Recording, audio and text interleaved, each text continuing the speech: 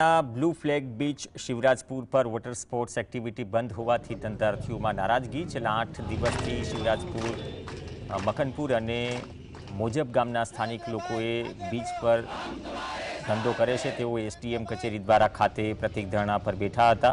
ધારાસભ્ય પબુભા માણેક એસડીએમ કચેરી પહોંચી પ્રતિક ધરણા કરતા 3 ગામના લોકો સાથે વાત કરી। તેમણે કહ્યું કે મુખ્યમંત્રી, કેબિનેટ મંત્રી, સાંસદ અને ધારાસભ્ય સૌ ઈચ્છે છે કે બીચ એક્ટિવિટી ચાલુ થાય।